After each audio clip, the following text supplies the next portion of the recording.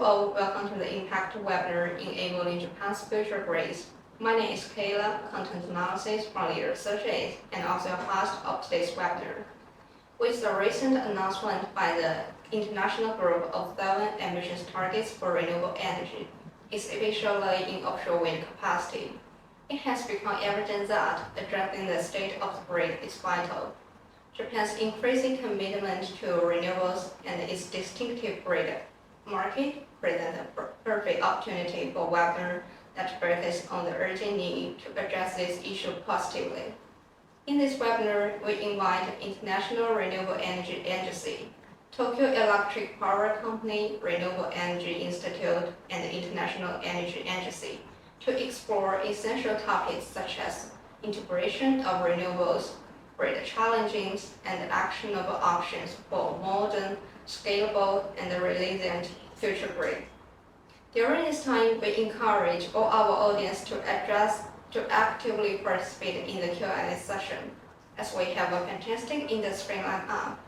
I'm also excited to announce that today's virtual session is also the global launch of our physical event, the 5th edition Japan Wind Energy 2023, which will take place on October 17th to 18th in Tokyo, uniting over 2,000 industry stakeholders, project developers, financiers, and supply chain innovators. Our early converting players include JERA, Marubeni, TEPCO Power Grid, IRENA, Mitsubishi Corporation, RWE, and more partners to be announced. We also invite you to the journey and look forward to meeting you in person. And that's everything about us. Without further ado, let's invite our first guest speaker on stage, Dr. Gayathri, Associate Program Officer for Renewable Energy Grid Integration from International Renewable Energy Agency.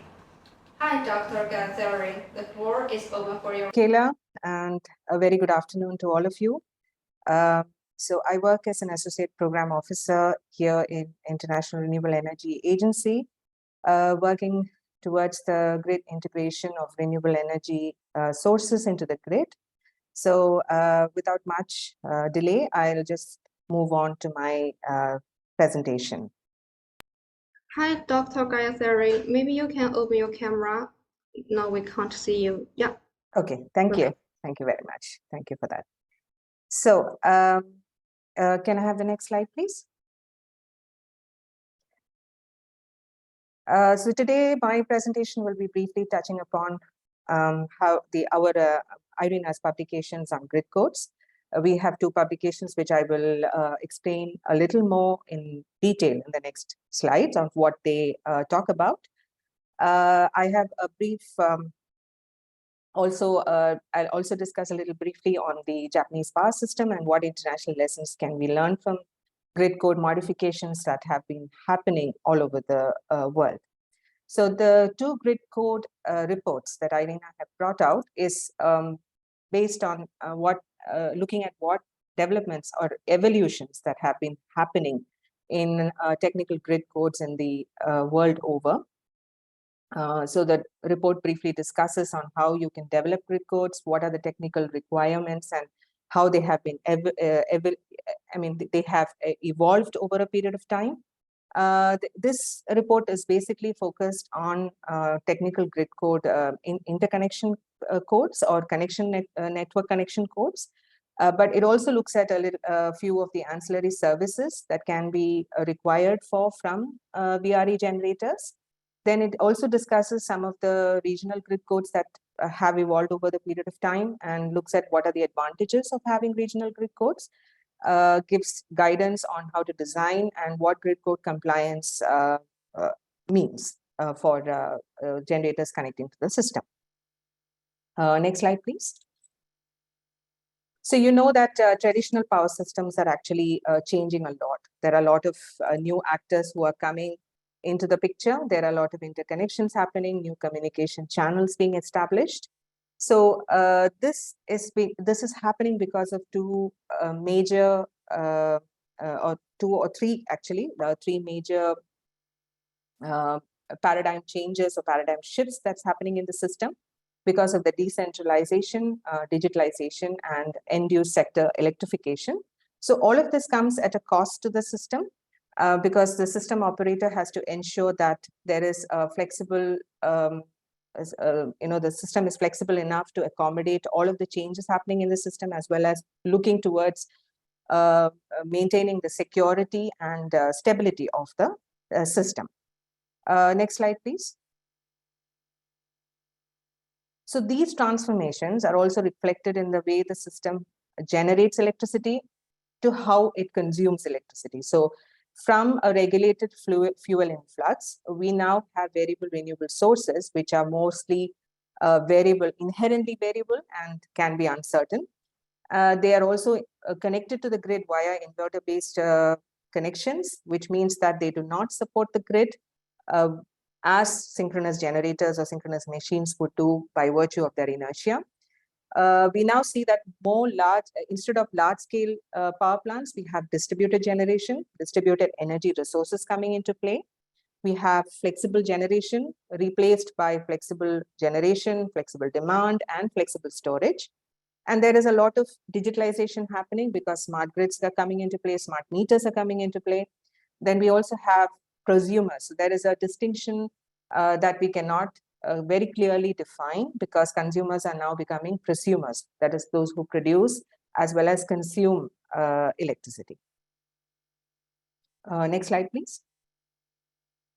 So taking a brief look at the Japanese power system, I know that the Japanese grid is actually looking to include high shares of offshore technologies, offshore wind technologies into the system. In addition to that, they are also looking at including a lot of distributed energy resources. So some of the current innovations that are being added to the Japanese power system is electric vehicles, smart meters. Demand response is already there in some form, because they are already implementing load shedding on demand. But what the system looks to my understanding, is looking to add different methodologies of demand response, inclusion of virtual power plants, and also developing ancillary services, which will help the system to be self-sufficient, reliant, and resilient. Next slide, please. So what are grid codes? Basically, grid codes are enabling frameworks which help the system to be as secure and safe as possible with the inclusion of all of these distributed energy resources. So basically, when you're including more distributed energy sources, the system becomes more decentralized. That requires a harmonization and interoperability, which actually is set down by the grid code. So it ensures that there is a fair and equal participation that is allowed to all the active participants in the grid. And also, it can also define new standards, technical requirements, and technical envelopes, like, for example, frequency, voltage, etc. It can also enable ancillary services provision. So herein, for connection codes, ancillary services are not that much. It would come under market codes, but it provides or creates an enabled framework for ancillary services to be put in place so that the system becomes more flexible. And in terms of digitalization, because there is more digitalization happening, there is more chance of cyber attacks happening. And that can also be prevented if there are certain grid codes or guidelines that are put in, and all the generators or participants in the grid adhere to or comply with those grid codes. Next slide, please. So let's look at what are the evolving trends that are happening, because yes, we know that most of the developed countries have grid codes put in place, which have evolved over a time to include the new actors that have come into play. So what we have seen is that according to our research, we found that there are extending application of these requirements to smaller users. So some of the examples that are now being demanded from smaller users of the grid, or smaller users, I mean distributed energy resources such as rooftop PV or even large-scale PV being connected to the smaller grid or the medium voltage grid, is controllability, and then communication interfaces and integration. And low voltage ride-through is something that is evidently put over all of the place for high voltage grids. or high voltage high voltage systems, but now that is also being demanded from smaller users. The new user types that are being included in or mentioned in the new grid codes are the storage and consumer producer combinations.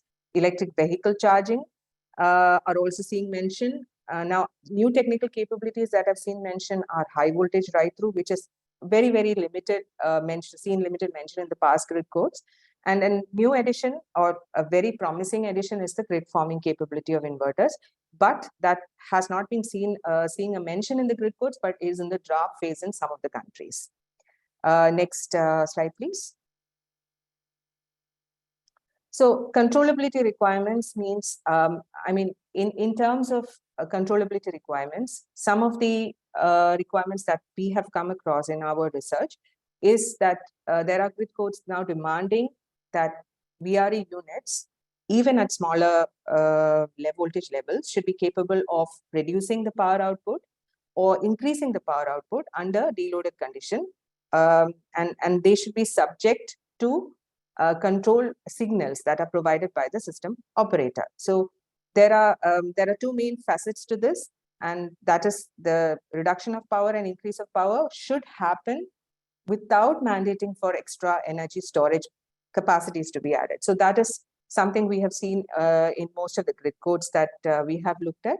So according to the German grid code, if the controllability is not allowable to the rooftop consumer or prosumer, then those with less than 30 kilowatt capacity should limit their output to 70% of the rated power, so that it doesn't cause challenges or problems to the system operator, distribution system operator. But in the Chinese grid code, we have seen that system operator can send set points, and the VRE or the DER that is connected should also support the grid or provide a grid supporting functionality of voltage management. Next slide, please. Now, harmonization of communication interface. So cybersecurity is, I think, something very, very known to everybody. But in the problem being that most of the countries do not introduce a harmonized communication interface requirements early on in the stage of the VRE integration. So that is something which should be considered, because initially it may not be a problem. Initially, by that I mean, when the level of VRE is very low, it may not create too much of a issue in the system. But as the inclusion of VRE increases, as is the case for many of the other challenges, as the inclusion of VRE integration increases, what one should consider is that changing these harmonization or changing these communication interface requirements at that point would be more expensive. So what they should consider is to have it installed from the beginning, and there should be a regionalized or harmonization of this across the different jurisdictions, so that the issue does not pop up at a later stage. So this actually allows, because most countries now see a lot of internet-based communication coming onto play, and that is why cybersecurity is more critical. The examples of some of them that I've highlighted here is, for example, Italy, where the support for communication based is set on a standard of IEC 61850. In China, the communication between the distributed energy resources connected at medium voltage level and system operators also have to meet a certain requirements and relevant standards, which they have already specified. And there are also similar requirements set for individual system operators and bidirectional communication in Germany as well. Next slide, please.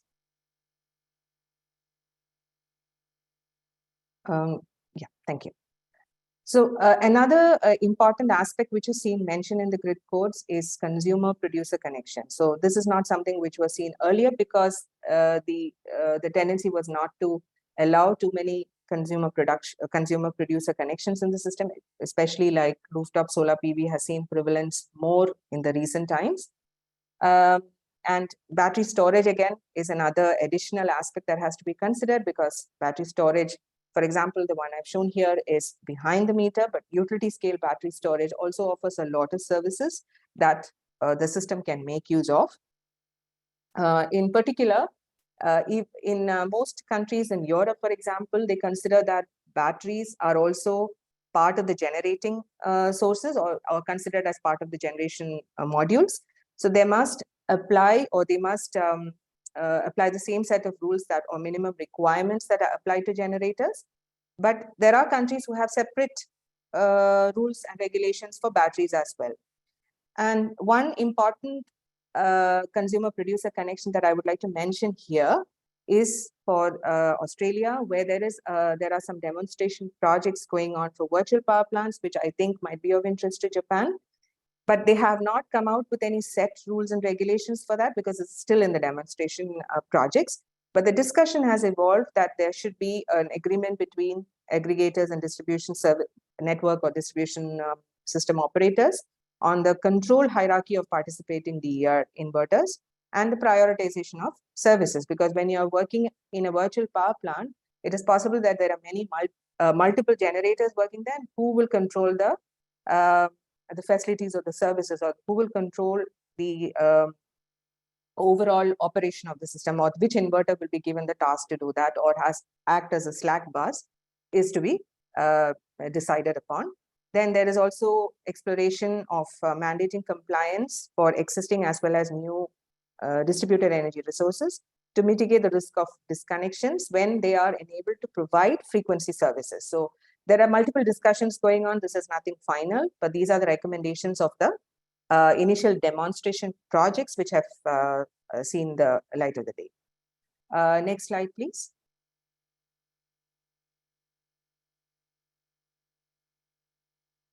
So EV charging, why I'm mentioning EV charging is because there is a rapid increase in the uptake of EV everywhere. I mean, not only in Japan.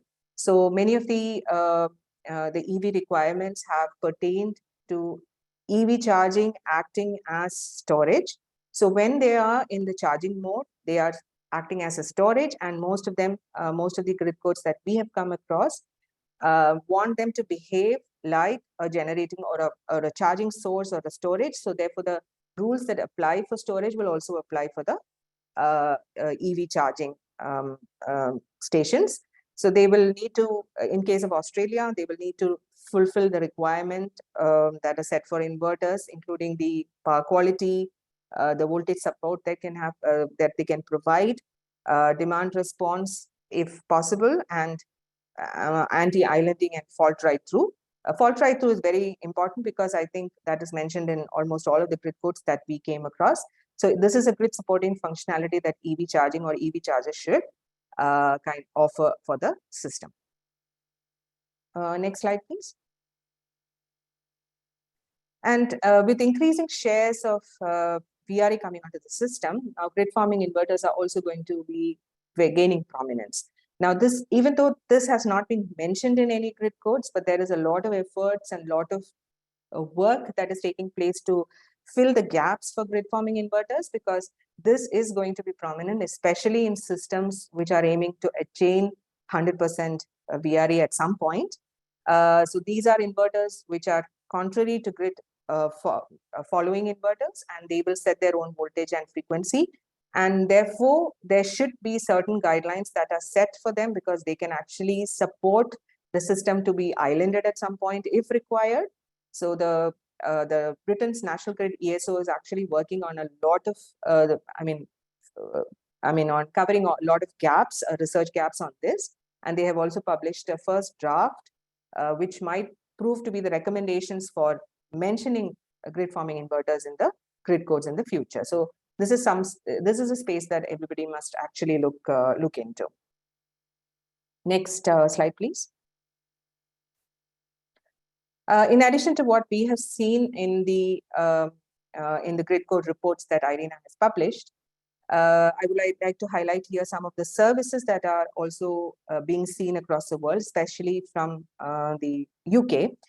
They are doing away with their fast frequency response, and they are coming out with some non-mandatory dynamic frequency support services, like the dynamic frequency containment, frequency moderation, and frequency regulation services, which generators participating in these services can actually offer and help to stabilize the grid in times of requirement. Another obligatory service that that they are actually going to request from non-synchronous generators, and which may be of interest because when the grid is looking to include high shares of VRE, this is something which might be of interest to require a request from them. This is to provide obligatory reactive power service. That means to absorb or produce reactive power to manage the system voltage. Now, black start is also a concern, a topic of concern when the increased share of VRE increases in the system. In that sense, a distributed restart. This is again a pilot project which the UK ESO has been discussing on. This is to obtain black start from distributed energy resources. So in the event of a total or partial shutdown, distributed resources can contribute, but this is definitely on the pilot project phase. And we do not have any recommendations on grid codes for this, but this is something which may be of interest. Similarly, there are also offshore wind guidelines, which I have found extensively across Europe, where there are separate guidelines for HVDC modules that have been set down because that offshore wind is a huge part of the generation source in Europe as well. Next slide, please. So with this, I come to the close of my presentation, and I would like to provide some of the key recommendations that we have identified in the report. So from our analysis, we could see that grid codes, however modified, however evolving, or however developed, should be technology neutral because it might create unwanted barriers to certain technologies, whereas it might promote certain technologies in an undue manner. So they should always be technology neutral and also be evolving to meet the system needs rather than be very rigid so that no changes are allowed. But it should also be system specific and meet the system needs by continuously evolving. Grid codes should also enable the innovations to connect safely to the grid. Not only should be system friendly, but the innovations that are connected or the technical advancements that are going to be connected should also be able to support the grid in certain manner. So they should also be able to ensure that the system continues to work reliably and securely. And like I mentioned before also, the requirements should be tailored to the country's system context, because we have seen in the past that grid codes have been taken and used from some countries to suit the purpose of the other country, but that doesn't work. Your system should define the grid codes that are implemented in the power system. So with this, I come to the end of my presentation. I'll be happy to answer any questions that you may have.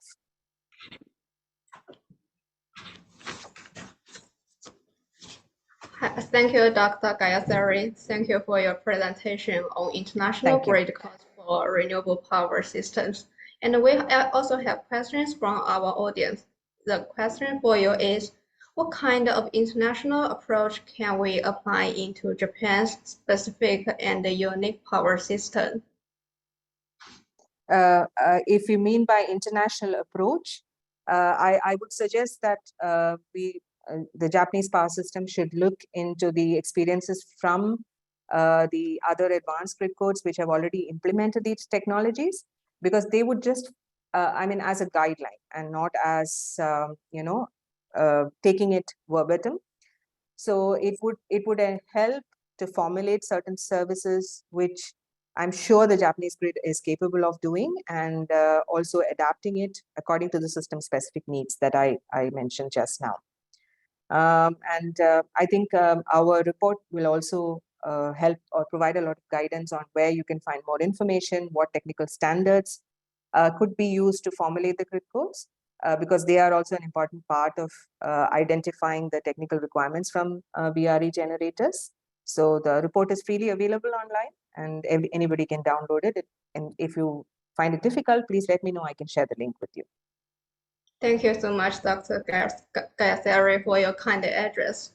Now let's invite our next keynote speaker on stage, who will deliver the keynote, TEPCO's proactive initiatives to build a smarter and more resilient grid. Please join me to welcome Nobuyuki Yusan. General Manager for Engineering Office from Tokyo Electrical Power Company. Nobuyuki-san, the floor is open for you right now. Yes, this is Nobuyuki. Can you hear me? Yeah, we can hear you. Oh, okay. So, okay, once again, my name is Nobuyuki Ryu. Oh, yes, pretty long, so just call me Nobu. Yes, it's much easier so that the, okay. So good afternoon, somebody good morning, and everybody. This is Nobu from TEPCO. I'm very glad to have this opportunity. So then I would like to show you the TEPCO project initiative to build a smarter and more resilient grid. Next, please. Here, it shows the 10 zones for transmission and distribution in Japan. Now, TEPCO accounts for about 10% in area dimension, but in terms of power supply volume, it covers around 1/3 of total of Japan. This is because our supply zone covers metropolitan and industrial district with so high population density, such as Tokyo. Next, please.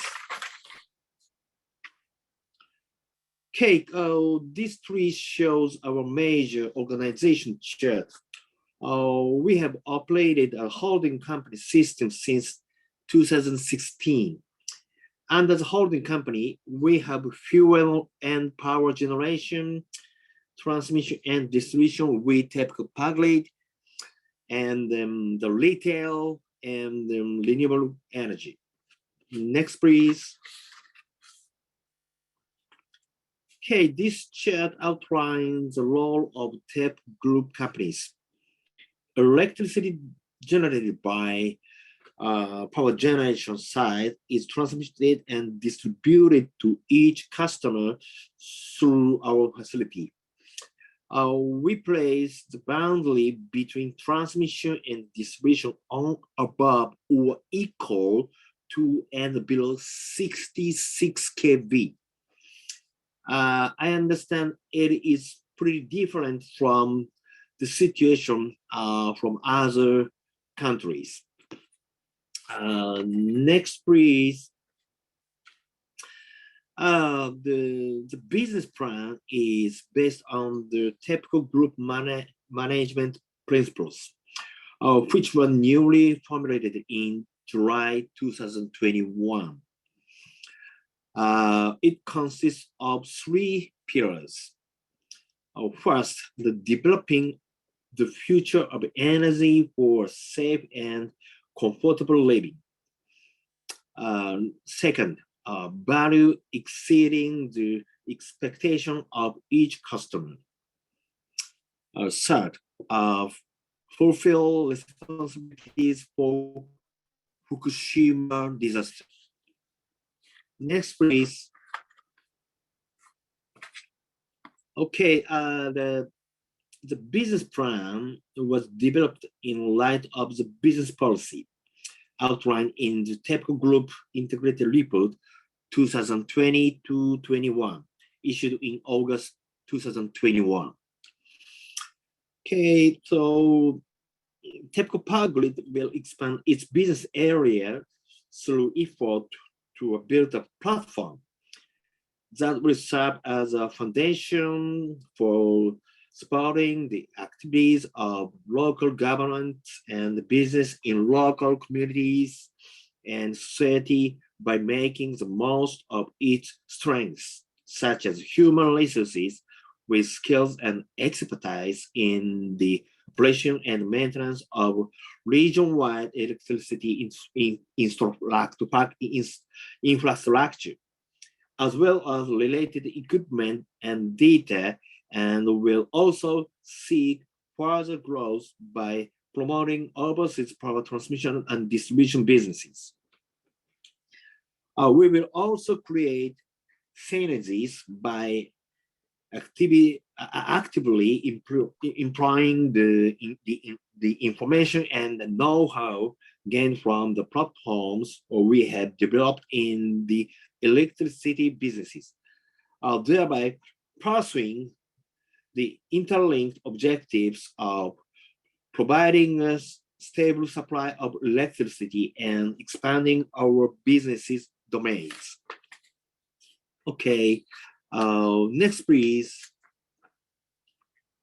Yes, while the economy is expected to grow, the amount of electricity demand and the maximum amount of electricity of TEPCO is expected to decline by 0.1% per year, taking into account the impact of a declining population and progress in power and energy conservation. Next, please.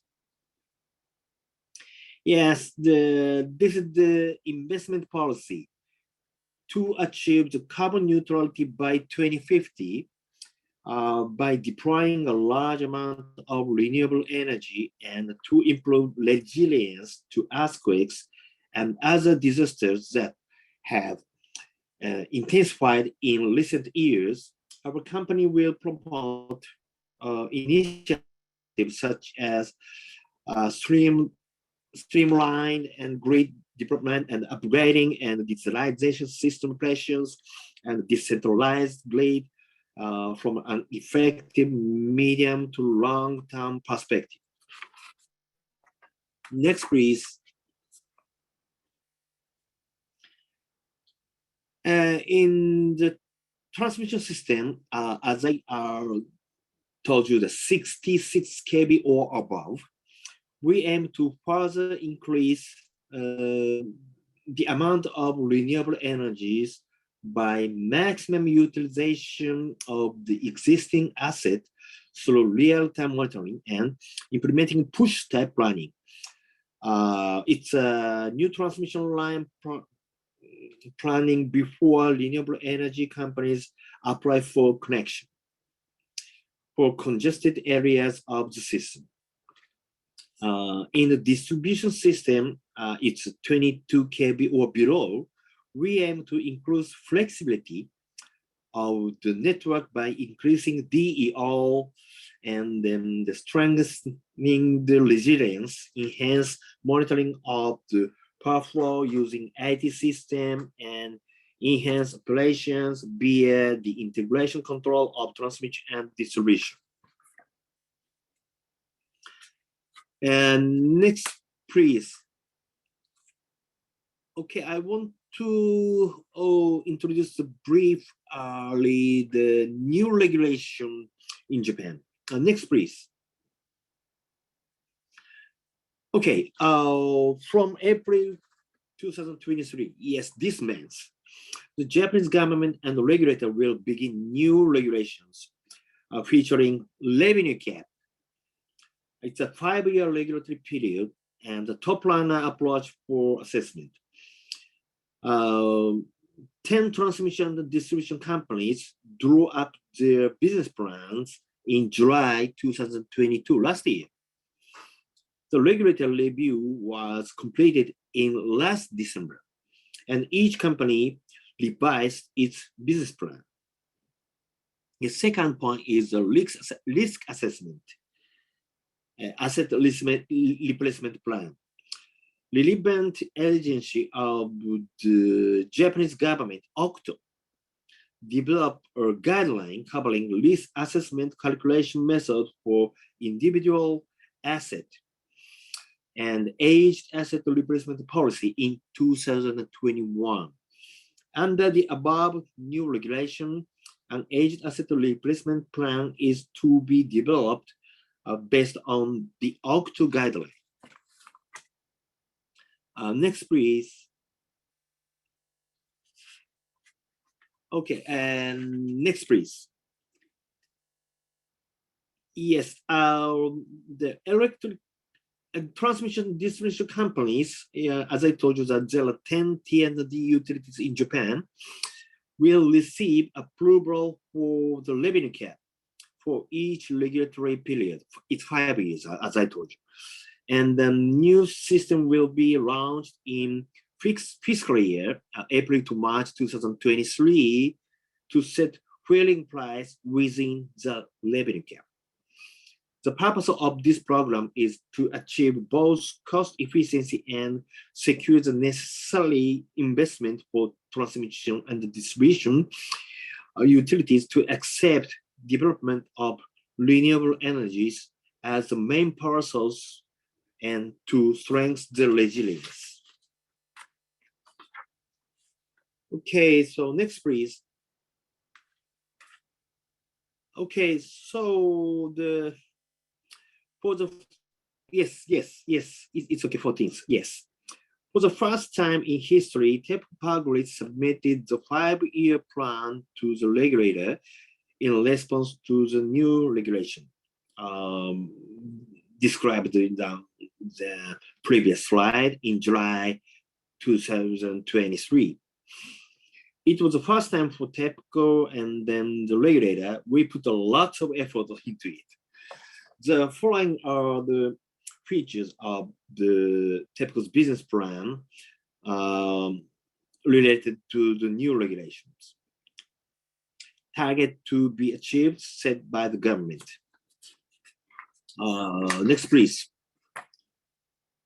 Yes, I'm very sorry. It's a very busy slide, but from the 2023 to 27, it's the first period of revenue cap. TEPCO will work to achieve the following goals to maintain the health of its network, enhance its resilience, and achieve carbon neutrality. These items were set by the government. Yes, it's like the commitment, you know. Particularly, I'm sorry again, it's pretty busy, but you can recognize in this table renewable energy expansion field. Number 5, item number 5, yes. Renewable energy resources connection.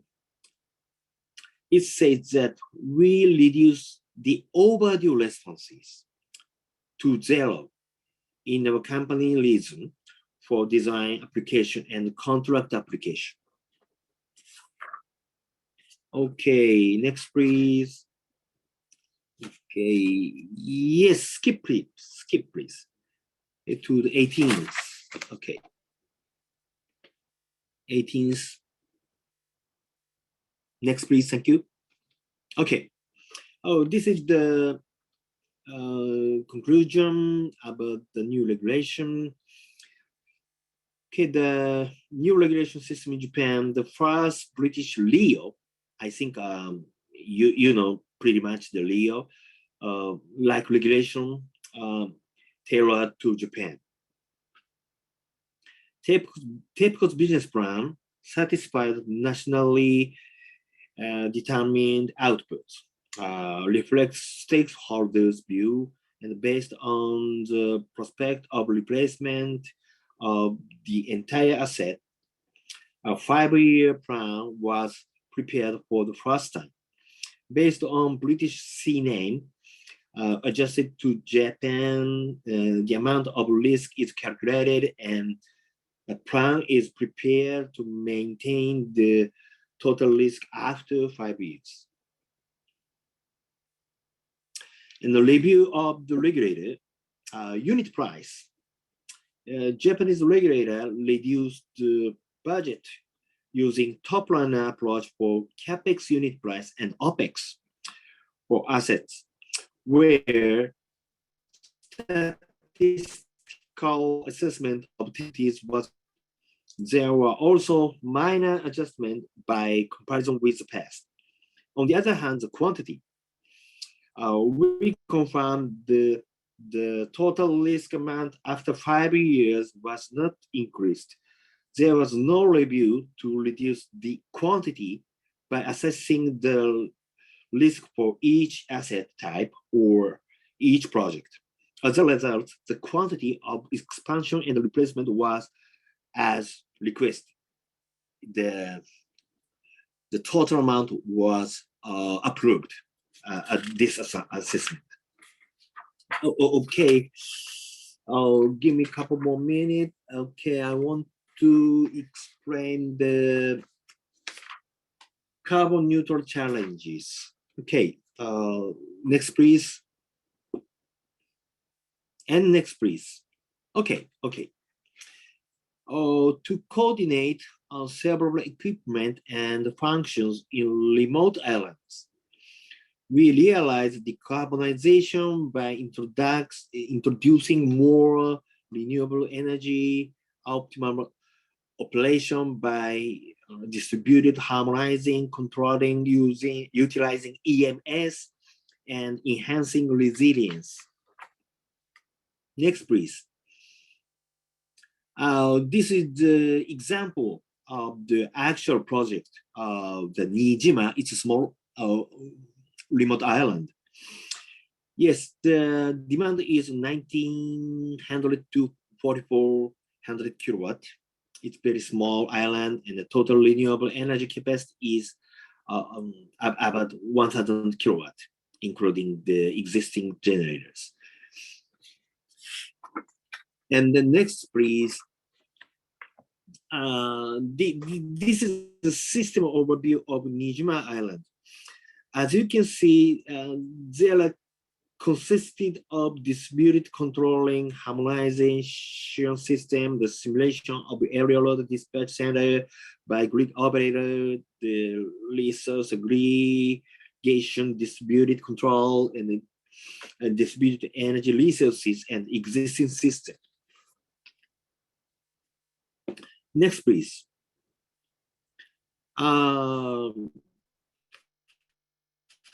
This is the second example, Hahajima Island project. 3 parties, Tokyo Metropolitan Government, Ogasawara Village, and the TEPCO Power Grid work together for 100% renewable energy supply project. The aim is the reduction of the fuel relying out of the island, expansion of local energy generation for local consumption, CO2 reduction by decreasing diesel generation, increase the usage of the energy utilizing abundant sunlight.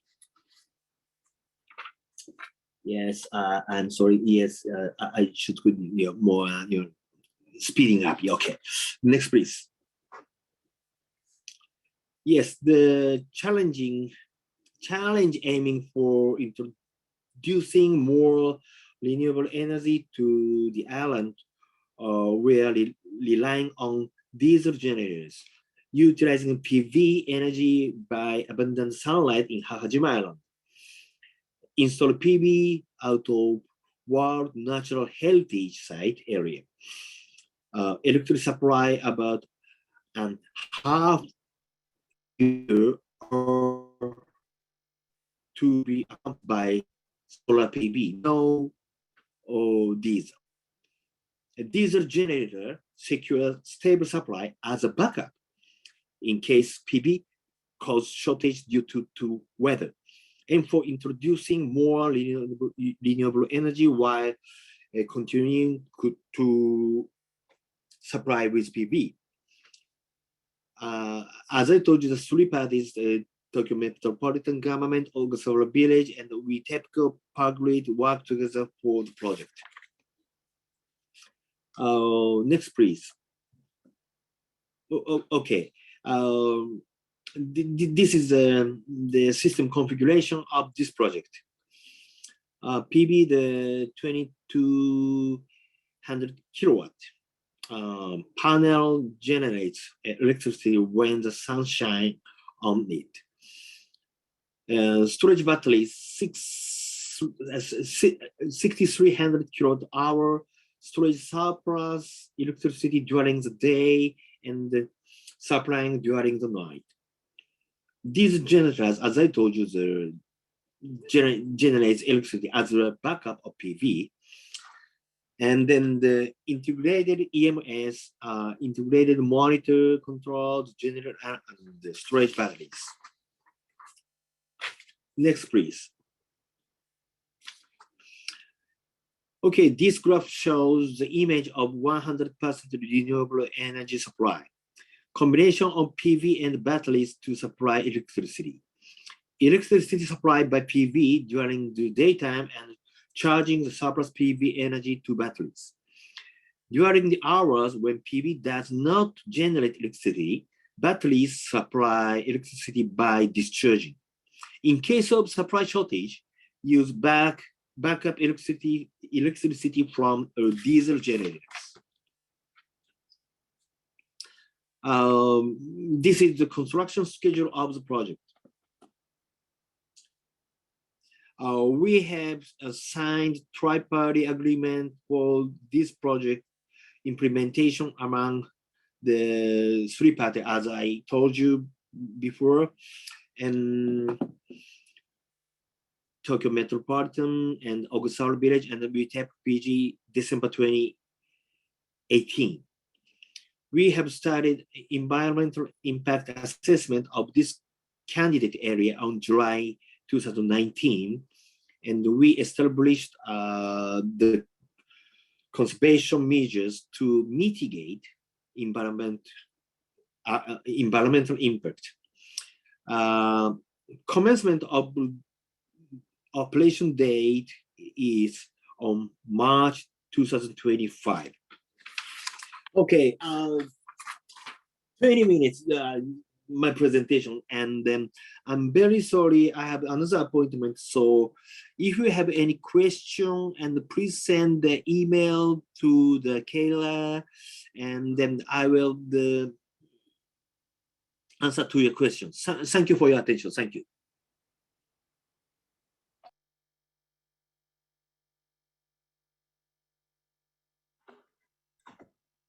Hi, Nobu-san.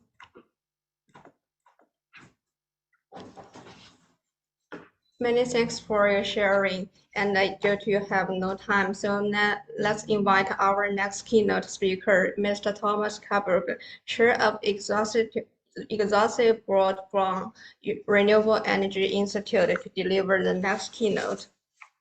Hi, Mr. Tomas.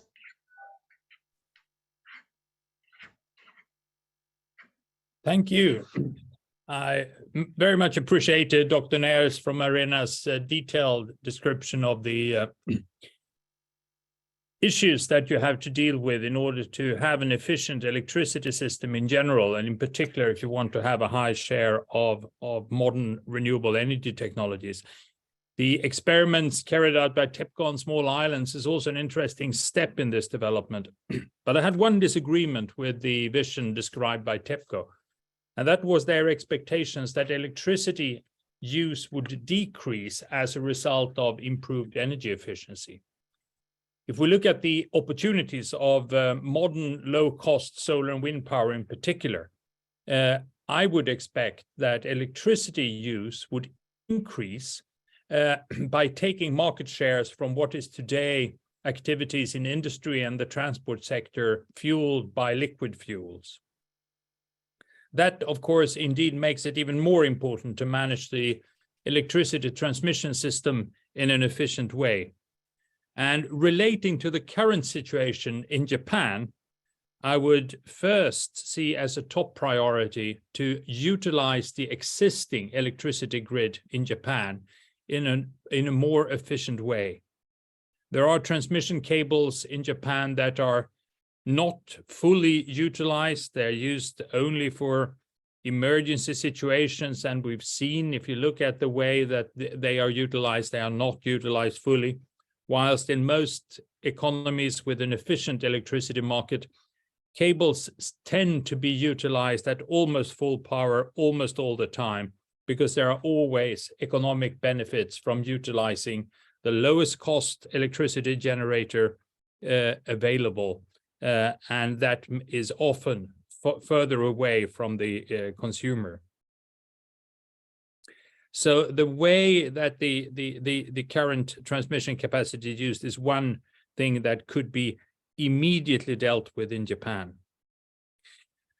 The other issue is the investments in new power cables, where there are opportunities to reduce the cost of electricity supply in Japan by building more transmission capacity between the different islands and within the existing system. Any such investment, any new capacity will have benefits to some and costs to others. But the net effect is always a reduced cost of total electricity supply. And that means that it's often desirable to increase the capacity in any system where you have price differences, cost differences, which you do in Japan. But there are always those who object. And in the Japanese situation, the ownership of the grid and the ability to invest in new transmission capacity lies with the electric power companies, and that tends to slow down the rate of investment. There's also a tendency to underestimate the economic benefits of new transmission capacity, and that was described elegantly by a Norwegian colleague of mine who did a study some years ago where he looked at cable projects that have been where the decision had been not to build cables because of economic lack of profitability. And then he looked at, would these cables have been profitable if they had been built? And what he showed was that the assessment of profitability of cables were in general underestimations, because you neglected the risk that another cable would fail or a power plant would fail, which for a period introduced large price differences that would have made cables very profitable during that period. And these situations of other cables or power plants failing were not included in the economic assessments before the decision was taken. Another point that is relevant in Japan is that the cost of building onshore transmission capacity is high in Japan because of the land right regulation, giving very strong rights to landowners, making it very difficult to negotiate the right to build cable or transmission capacity onshore in Japan. It may be that it is easier to build offshore cables along the coast of Japan, and the structure of the grid has been built to distribute electricity from nuclear power plants, of which many are now permanently closed, and the opportunity to use offshore cables, subsea cables, to connect the sites of nuclear power plants that are not in operation may be a very good way of, in a cost-efficient way, increase the transmission capacity within Japan. I expect that as these issues of increasing renewable electricity is coming when these opportunities are becoming very obvious in Japan, we will meet a lot of objections of very low real substance, but that may get a lot of attention. And Dr. Nair touched upon some of these in her introduction, but one that is special to Japan is what is often described as a major challenge in Japan, and that is the frequency divide in the system, that there are parts of the Japanese systems, two parts that have different frequency, and that is supposedly making it very difficult to increase transmission capacity. However, while that may have been true 50, 75 years ago, in the last decades, this problem has been reduced dramatically by the introduction of modern converters of different kinds, and the way that many high voltage transmission lines are today built using high voltage direct current. And then you have powered electronics on both sides anyhow that will make direct current into alternating current, and then the frequency divide is not something that increases the cost at all. Another issue that Dr. Nair touched upon that is often described as a major problem, while it is in practice a rather small problem, is the challenge of replacing large synchronous generators directly tied to the alternating current system, to replace those by solar PV plants or wind power plants with converters converting the electricity generated by the power plants into the alternating current of the grid. The so-called inertia, that is the stabilizing energy available in synchronous generators, is very small compared to how the problem is described. It was calculated in Sweden that the batteries that would be required to, together with power electronics, replace all the inertia in the Swedish system, would be in the order of the amount of electricity that can be stored in electric cars sold in 1 day in December last year. And if you were just able to connect the cars that were sold in a week in an efficient way to the grid, you could provide the inertia or frequency response services that today is supplied by large synchronous generators. So that problem is generally exaggerated. It is easily solved by power electronics and batteries. And the global experimental facility today is Southern Australia, where they now have a very large share of solar and wind power, and where batteries are used to provide these stability services.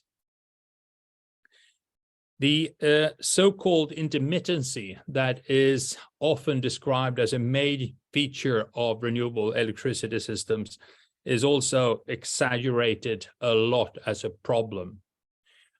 All sources of electricity, all generators, sometimes fail.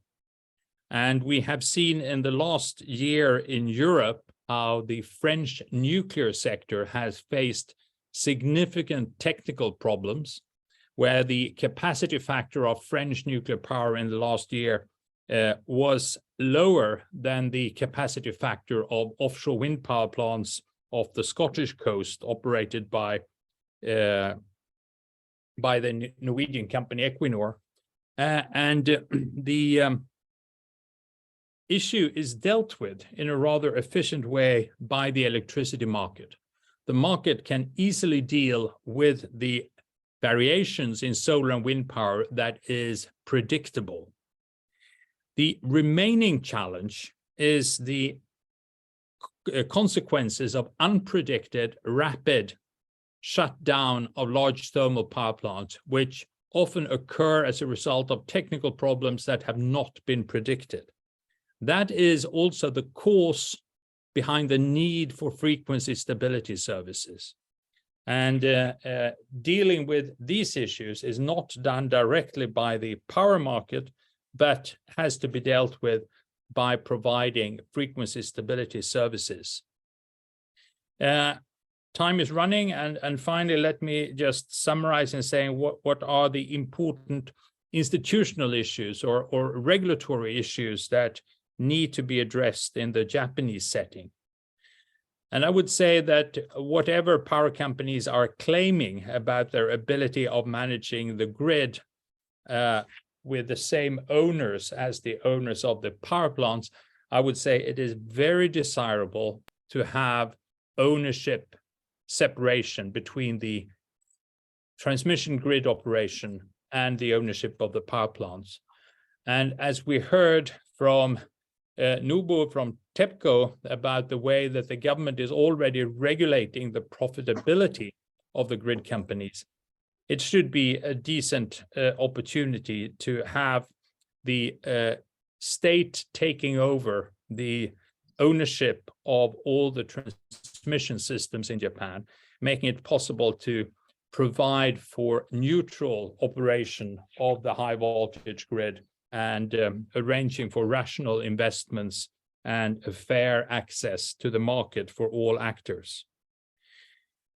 This would also provide for a market dispatch, a market-based decision on which power plants to operate in the country, providing electricity at the lowest cost, and for new actors to be able to get into the market feeling comfortable that they will be treated in a fair, equal way.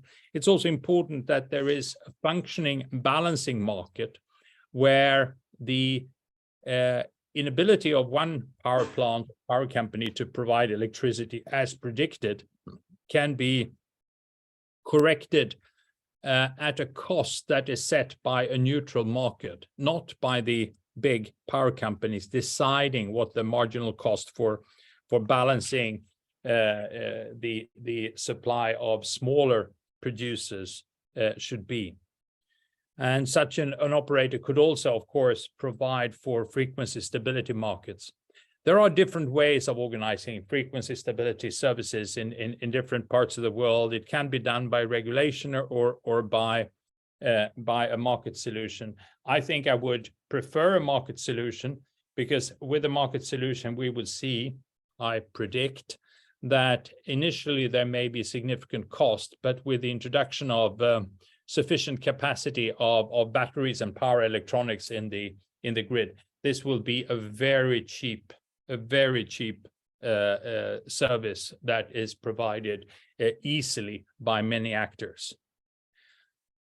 I don't want to go on further. I think it's desirable that Rena Kuwahata, who I know Japan well, is also given a fair amount of time in this meeting. So thank you very much. Ms. Thomas, thank you so much for your excellent presentation. Here, I also have a question for you. The question is how to make a balance between public duty and private sector in building power systems. Okay, that's a very interesting and good question. I think we should allow for profit-seeking private actors to engage in electricity generation and to compete to supply the electricity that the customers want. But we do need a publicly controlled power grid management. The transmission system operation must be done by an actor that does not have a profit-seeking interest, but is there to facilitate an efficient market where the actors are profit-seeking. But the operation of the system should not be profit-seeking. It should just be providing for efficiency and cost minimization and rational investments in capacity. And those two things are very different. And we could hear in the description from TEPCO on the regulation of the electricity system that this regulation of how much profit you are allowed to take out and so on is necessary in order for the power companies, when they are profit-seeking, not to misuse the monopoly situation they do have. You are dependent on the electricity grid as a customer and as a producer, and that control of the infrastructure should not be possible to misuse. So it's very important that this is controlled, and I do think it's easier to do by public ownership rather or customer ownership, but it's very difficult to regulate. And the experience gained in other countries is that these regulations of price caps and so on are very difficult to do in a fair, just, and stable way. It's always challenged. Thank you for your answering. And now, Ms. Thomas, now let's together shift our focus to the challenges of managing new renewable capacity in Japan's dual frequency power grid. First, I want to introduce Ms. Arina, Analyst for Renewable Energy Innovation from International Renewable Energy Agency, on stage. And Ms. Arina, I will let you to introduce your panel members. Thank you very much for the introduction, and good morning, good afternoon, everyone. It is my pleasure to be here today with you as the moderator for this panel on effective management of renewable capacity, new renewable capacity in Japan's dual frequency power grid. First of all, thank you very much for the keynote speakers for very interesting presentations that set the scenes very nice for this discussion. I want to mention a few words about my work and our work in IRENA that has been supporting countries to integrate high share of renewables in their power systems and has been mapping a lot of innovation that can support that. And when we talk about innovative solutions in IRENA, we believe that innovation should go beyond technology. And I was very happy to hear today from our keynote speakers that they mentioned the importance of regulation and of innovation in market design. We see already a lot of emerging technologies that can support the power system with integrating more renewables in their systems. But it's very important that we also see innovations in regulation and market design that enable this new solution to function in a proper way and to deliver the services that the system needs the most. Also, innovations in new ways on how to operate the system, how to plan for the system, and also new business models are needed to provide revenue for the new technologies. So this is what we call in IRENA systemic innovation approach, and involves also all stakeholders, innovator, regulator, system operator, system planners, and so on. We have released an innovation flagship report on this topic in 2019. And actually next month, we will release the second innovation flagship report that looks on how to build smart electrification strategies, smart electrification of mobility sector, heating and cooling sectors, and smart production of green hydrogen using a systemic innovation approach. So stay tuned for next month. I am also mentioning this because IRENA is working closely with Japan on these topics, and we see a lot of interest from Japan in smart electrification strategies, and even more broadly on demand side management and the role of the demand side in integrating high share of renewables in the power system. So in this panel, we have the opportunity to discuss the current state of renewables energies in Japan, but also how to effectively integrate higher share of renewables in this unique power system configuration that Japan has: an isolated grid, no cross-border interconnection, dual frequency, and 10 regional grids, as we have seen also from the previous presentation. Our panelists today bring with them a wealth of experience and expertise, and I am excited to facilitate this important conversation with them. So let me reintroduce to you Mr. Tomas Kåberger, the Chair of Executive Board for Renewable Energy Institute, and Ms. Rena Kuwahata, Energy Analyst as Power System Transformation at IEA, International Energy Agency. I would start with a very general question, maybe addressed to Rena, to accompany your presentation and your welcoming remarks. And also if you can touch upon, so what do you see as, we have summarized the challenges that Japan has in integrating high share of variable renewables in the system, but what do you see as low-hanging fruits that Japan could implement as solutions? What is the next step that they should take? And what are some promises, technologies, and strategies that you believe that could help accelerate the transition to a cleaner, more resilient power system in Japan, considering this unique configuration? So I give you the word, Rena. Thank you very much, Arina. Hello, everybody. My name is Rena Kuwahata. As introduced, I'm an energy analyst at Power System Transformation in the International Energy Agency. And first, I wanted to say that I'm very happy to be here among familiar faces again. And thank you for moderating this session, Arina. Yeah, and also thank you to the Leaders Associates for organizing this fantastic online event. It's really a joy to know that such a niche topic, which has been a passion of mine due to my cultural background and professional experience, is renewables integration into power systems in Japan, and that this gathers so much attention from international audience now. This is really exciting. And I hope that through these kinds of forums, the session opens up, discussion opens up to involve international audience on a more regular basis. So without further ado, the International Energy Agency has been dealing with the topic of renewables integration since around a decade now. And in my unit, we examine country or regional power systems and explain to policymakers the kinds of challenges it might face when high amounts of renewables are being integrated in order to meet national climate neutrality targets, and what challenges they may face what policies they could implement to soften the impact of these challenges. That's the type of work we have been doing. And to help policymakers understand better their own situation, the International Energy Agency has developed recommendations along 3 pillars, keeping in mind that each country and region has its specificities. So to continue integrating more variable renewable energies like wind and solar PV, 3 things are important. 1, technical and contract flexibility, which was already mentioned at length by the first presentation with the grid codes and so on, but also focusing on the contract side of the power plants, perhaps more upstream, the fuel supply contracts.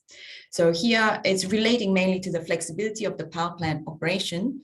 And at the IEA, we have developed a framework to assess the phases of variable renewable energy integration and recommended system flexibility options to progress from one phase to the next. I'll come back to that point in a little bit. The second point that's very important is market design. And this was also mentioned as well, but I reiterate the message. This is an enabling framework for flexibility to be offered and procured from various sources. So here we recommend and advise on market designs that enable flexibility, like demand response and interregional power exchange. The third part of the pillar is investment in grids. This was also mentioned. To cater for the changing nature and power flows and maintaining secure electricity, we need more grid capacity, operational efficiency, and digitalization.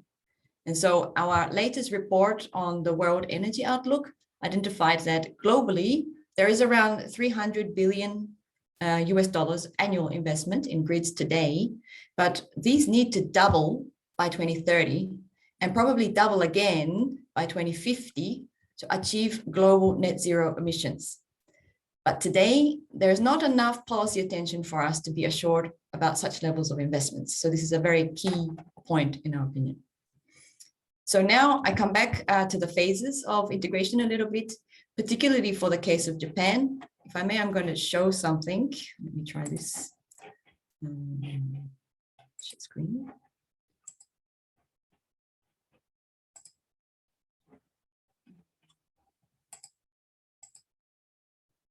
Does it? Okay. I think it's working.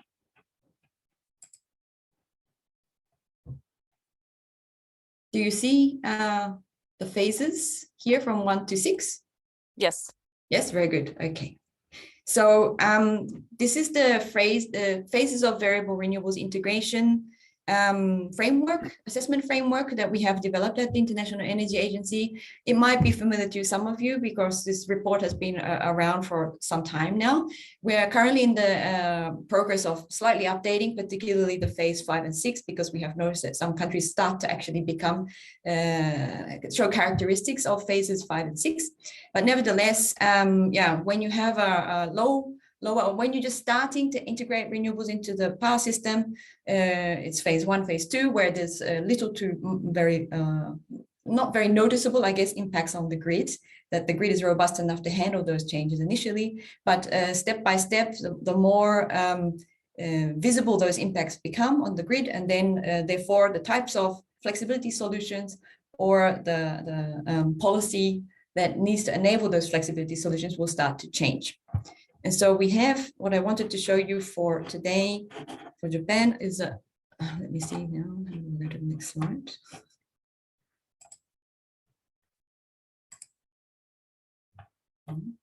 There we go.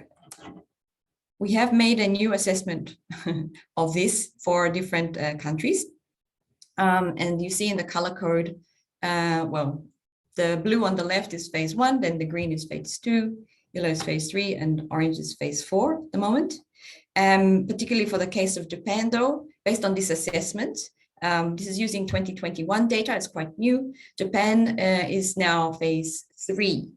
And to make this assessment, we use indicators derived from hourly data, like the load, net load, ramps, maximum and minimum net load and net load, load, net load, and ramps, and so on. And also the wind, solar, production, and the variable renewable variable renewables share.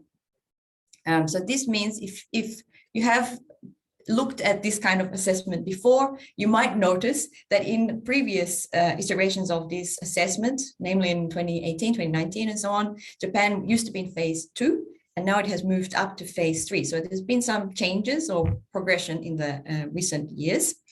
When we apply these phases assessment to also 2 separate frequency regions, as you mentioned before, so here, Japan is aggregated as one, but we also perform the same assessment or put the same assessment framework on the 50 hertz and the 60 hertz region. There, the 2 regions seem to be in quite a similar situation in terms of the VRE integration. The 60 hertz region is perhaps a bit further on some indicators, meaning the impact is more visible there, particularly to do with the lower minimum daily net load and the daily max and so on. While in total Japan, when you put the assessment framework on the total, all of Japan, assuming that there is no bottleneck in between, then this effect is smoothed a bit. Keeping in mind that some regions like Kyushu and Hokkaido were already in phase 3 since 2018. Okay, and what is also interesting to point out here is that Japan is in phase 3, despite being at a similar share of renewables to some other countries, which are classified as phase 2. And if you compare, for example, France with Japan, which has quite a similar share of renewables, you'll see that when you look at the hourly profiles, we notice that Japan has much bigger impacts from renewables, particularly solar PV. This is then the reason for having, I suppose, being in the higher phase assessment and the types of challenges that being faced by Japan is different to a country like France, and that's why it's assessed this way. So coming back to your question, Arina, sorry, it took a little roundabout, but we anticipate that, I'll just put this down if possible.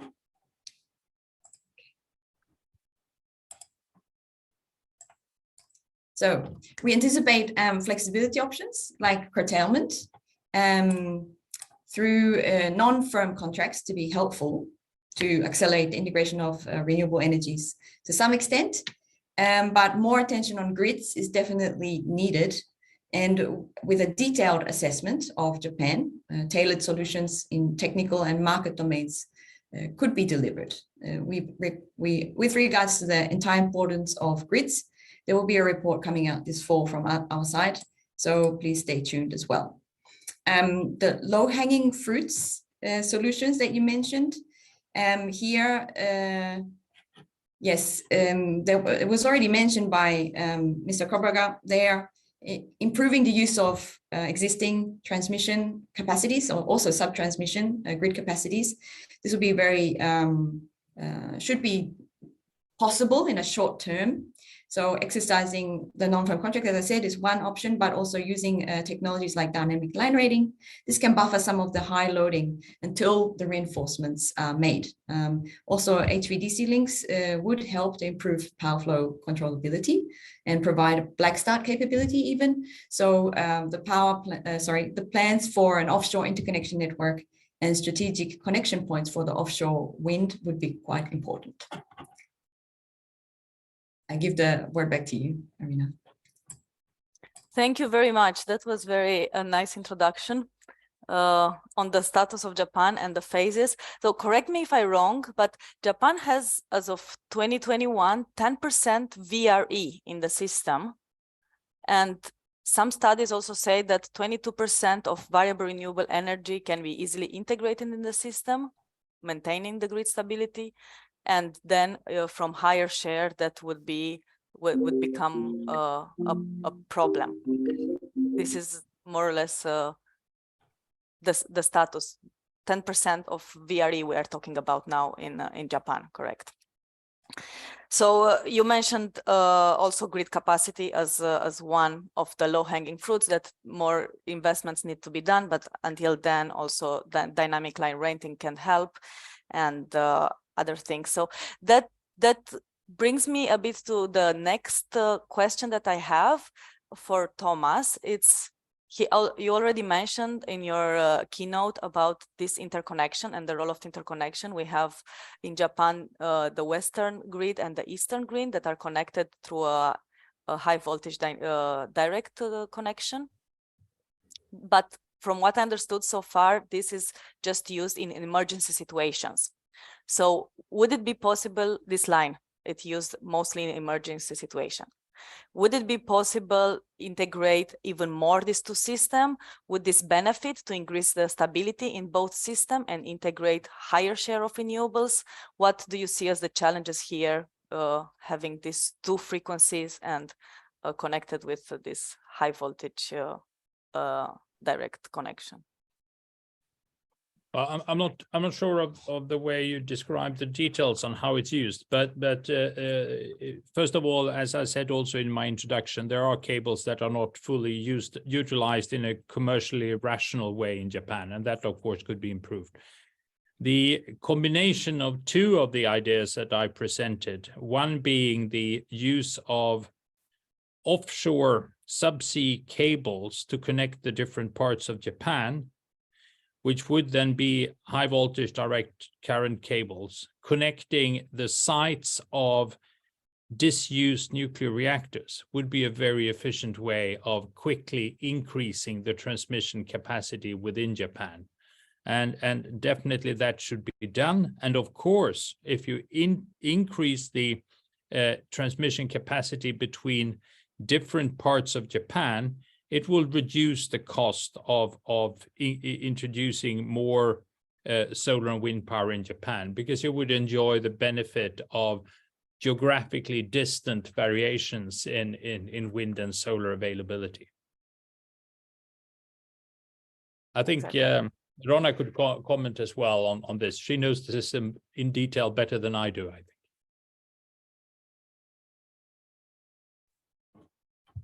Yes, thanks. Yeah, so well, I in principle agree with you, of course, because as the point that I tried to make before with the phases assessment, that the characteristic that's most visible at the moment, which is having a big impact on the Japanese power system, is the solar PV characteristic. And so if you put more and more solar PV, that simply exacerbates the issue.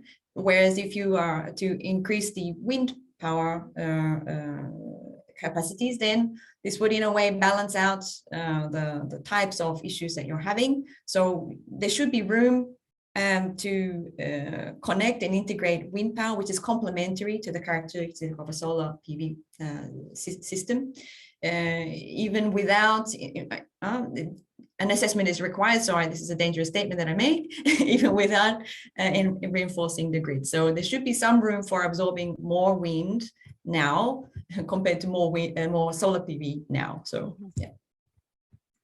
Okay, thank you very much. Thank you very much for the both of you for answering this. I would like to shift a little bit towards flexibility that can be provided from demand side management, because also in IRENA we have seen that Japan is very interested in unlocking this flexibility from demand response and demand and the consumers, and also with electric vehicles and electrifying end use sectors, it becomes even more important. So I want to ask both of you, actually, whoever, or you can both complement each other. What do you see as the potential for demand side management as flexibility in Japan, and what would be the main actions to unlock the full potential? What is needed? It's a bit of regulation, market design missing, or technology, or just to comment around how Japan can advance on unlocking demand side management. I could start. Okay. I'm just now sitting in a little room in a conference facility where in 35 minutes I will give the introductory lecture to a conference on flexibility in electricity intensive industry. So this is becoming a hot topic in countries where there is now a lot of wind power and solar power. And that has become an interesting and hot topic for the simple reason that the electricity price is becoming more volatile. And if you desire cheap electricity to make your production processes more competitive, then you will enjoy abilities to utilize periods of very low priced electricity being available, while you will try to avoid using electricity when electricity prices are high. And even in the traditional process industries, this is now motivating new process designs that make the industry more flexible, because it is realized that this will be more competitive than operating processes that continuously operate and therefore has to pay the average price of electricity. You can be more competitive if you only use electricity when it's really cheap. And the electricity pricing necessary for this is possible in an open, transparent electricity market where prices are allowed to fluctuate. So you don't need any special regulation. And the terminology market design is a bit ambiguous because by some it is interpreted as a market design by regulation.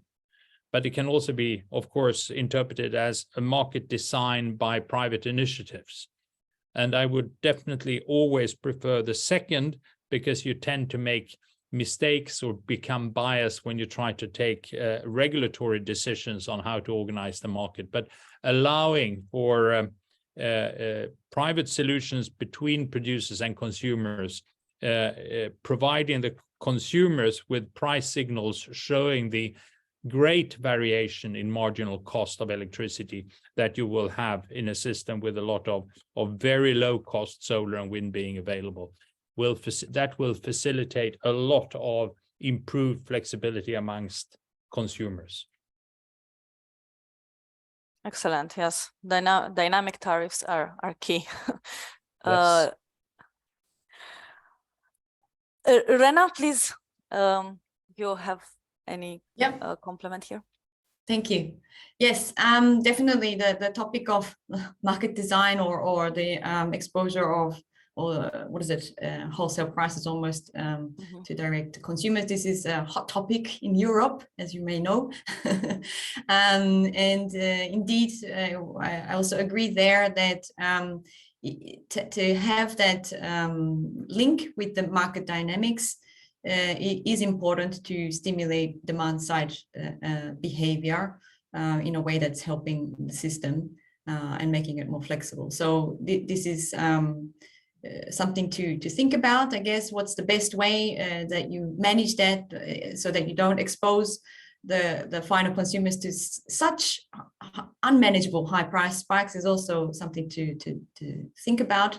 And there's different ways to do that. But in principle, exactly, rather than isolating them completely from the dynamic prices, it's better to have a link. Having said that, this, as you may know, also in Europe, it's quite a diverse landscape. And now that I live in France, I was in Germany until recently, but I just moved to France. And here there has been a sentiment that demand side participation means frugality rather than, reacting to price spikes. And perhaps in Japan also there is a little bit of that sentiment that you should reduce at a household level your energy consumption regardless of the peak power price periods. And so there could be other measures that are complementary to improving your behavior, and particularly low-hanging fruits there are building efficiency. And that should be really a no-regret solution, which can be served with many mature solutions already. So that's something I wanted to highlight on this topic. Another point, particularly pertinent for Japan, is something I keep hearing from colleagues from the industry, that for storage and EV, electric vehicles, roadmaps would be very helpful to guide and streamline the development in a way that it helps the grids. And so industry is a little bit hesitating investing in infrastructure for these storage and electric vehicles due to the lack of clarity of the framework on how the business models would be operable. So their governments and authorities should take leadership in setting the guidelines. Thank you, Rena. I think it was excellent that you brought up the house insulation as one key issue, because with houses badly insulated, the ability to adjust your demand for electricity, for example, for heating and cooling purposes, is getting very difficult, because when it's very cold or very hot, you will use a lot of power, and you would like to use it regardless of prices. So energy efficiency is often a very important supporting measure to make flexibility possible. The other key issue that Dr. Nair brought up in her first keynote was the importance of communication technology and information technology in the electricity system.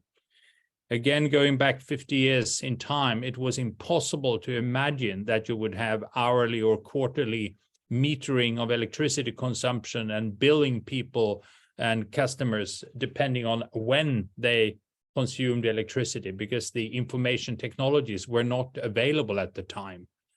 But now it's possible, and it's very cheap. So facilitating these kind of markets where electricity prices for consumers, even small household consumers, may vary in time, has become very feasible thanks to the information technology development. Excellent addition for both of you. Thank you very much. I think we have a very comprehensive answer. Dynamic tariffs, building efficiency, very important, digitalization, the being able to monitor and also to react faster to the changes in price, and also enabling new business model for storage and EV would also for the consumers would also unlock a lot of flexibility and actions from the prosumers. We are almost our time is almost up, but I would like to close maybe this panel with a very hot topic, which is also very hot in Japan, about hydrogen. We know very few countries have actually very explicit targets on the use of hydrogen in power sector, but Japan is one exception. Japan is aiming to reach 1 gigawatt of power capacity based on hydrogen by 2030. So I would like to ask both of you, but maybe we start with Tomas on this one. What is the role in hydrogen in Japan in providing flexibility to the power system? And do you see it also important for playing a role for this backup for seasonal variability, seasonal storage? And can elaborate a little bit on the role of hydrogen in power system, actually? Yes, I could. If you look at the strategies among industries in Europe, it is not primarily a matter of using hydrogen to produce electricity. It's a matter of using low-cost electricity to produce hydrogen for industrial purposes, and in some cases, even to produce liquid fuels for long-distance aviation and shipping. Then, with a lot of hydrogen or fuel production from electricity, you will get the flexibility into the electricity system in the way that you will have a lot of capacity for wind and solar.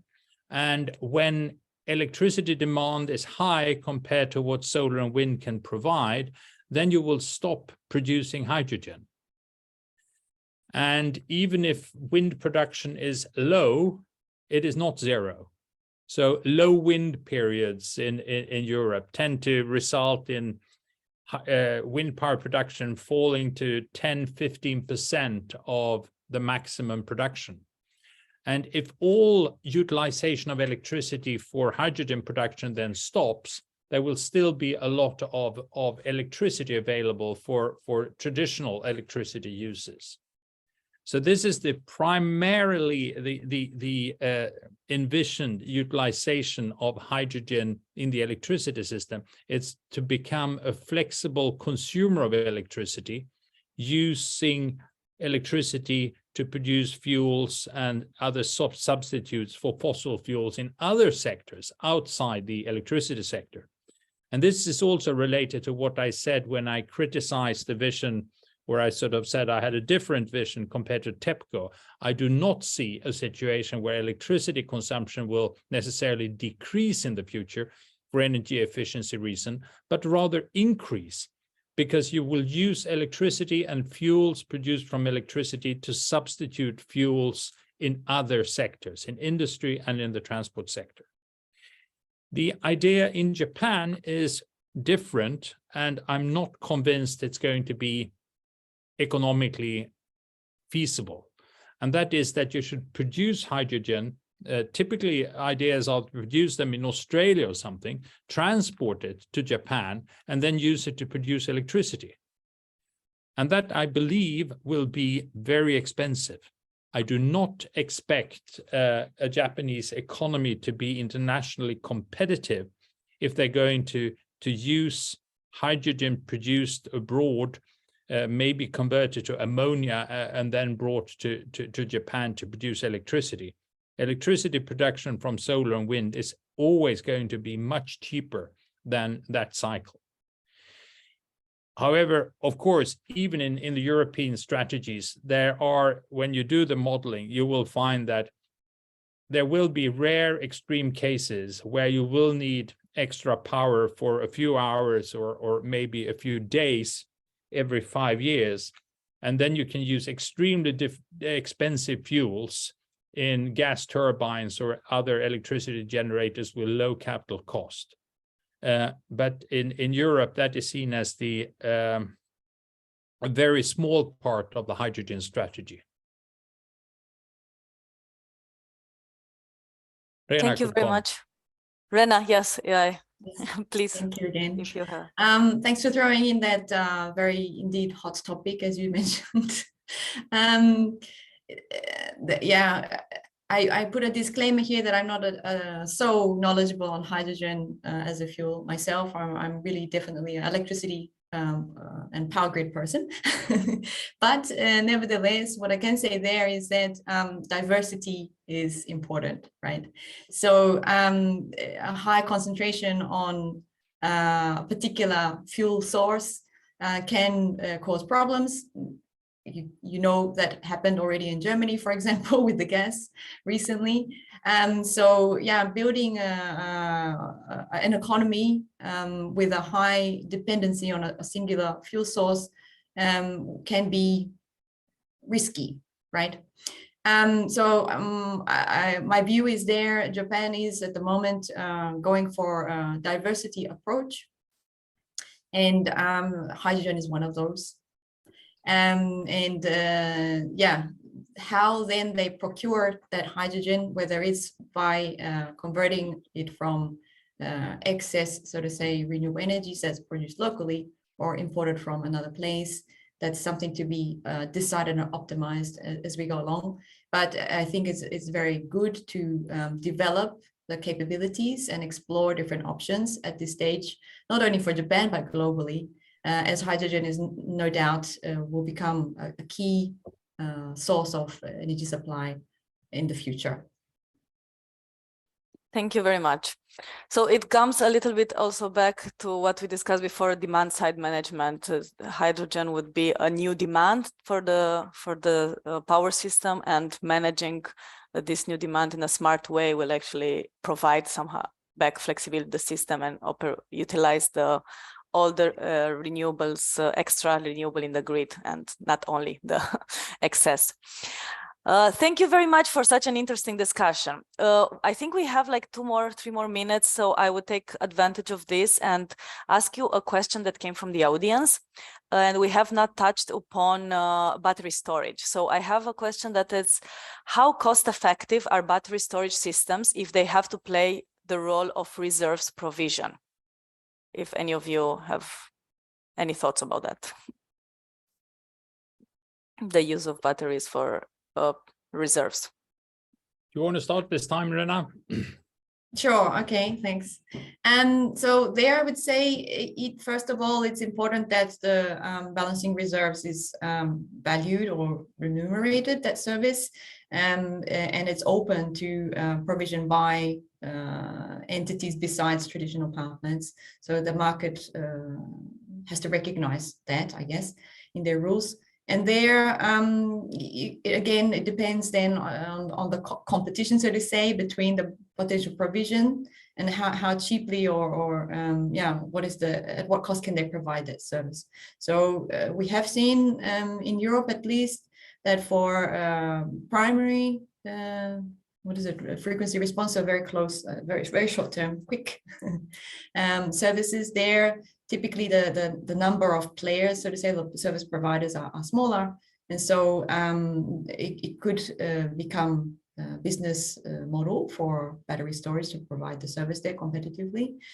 For longer term or frequency response, so where you ramp up slower, I guess, to provide the service, ramp up or ramp down slower. There, of course, there'll be more potential suppliers. So then the prices typically would probably get lower. And it's a bit arguable whether battery storage stands a chance if that's the only stream of revenue. So as it's typically stated by the battery industry too, revenue stacking, right? So you have different opportunities to retrieve revenue by providing different types of services.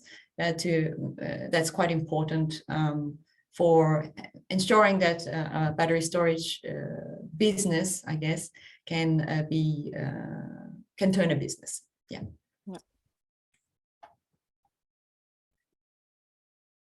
I agree with all you said. The benefits of batteries is mainly for shorter term storage. It's not for large energy quantities between seasons. So it's for frequency stability, it's for daily variations, and maybe up to a few days of variations. Batteries serve their purpose. For longer duration, then other flexibility opportunities are important. There is a lot of investments going on in grid-connected batteries in the world at present.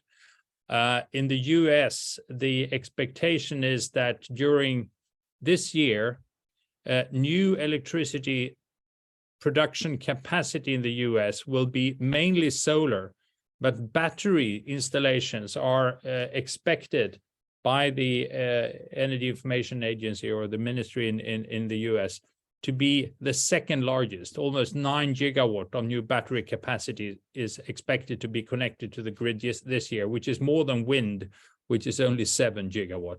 So the interest in batteries now is enormous, and similar trends we can see in Europe, at least coming in maybe next year, that there will be very large investment in batteries.